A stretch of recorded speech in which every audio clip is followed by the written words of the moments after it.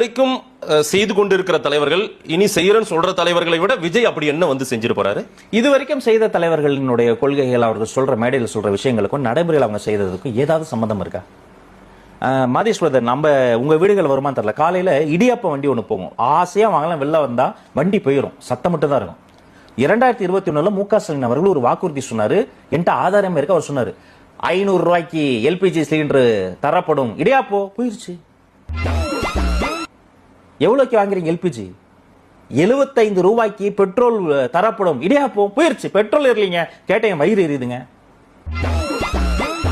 இவரு சொன்னாருன்னு நம்பி நல்லா படிச்சவங்க அந்த அம்மா, பாவம் கனிமொழி அக்கா எம்பி, அவங்க மேடையில மைக்கு பிடிச்சி சொன்னாங்க 75 ரூபாய்க்கு பெட்ரோல் தரப்படும், 500 ரூபாய்க்கு சிலிண்டர் தரப்படும். 2025 போய் இதை மறுபடியும் அவங்க சொல்லும்போது மக்கள் கேள்வி கேட்பாங்களா இல்லையா? அவங்க இது வரைக்கும் பேசுனது ஒண்ணு, செஞ்சது ஒண்ணு.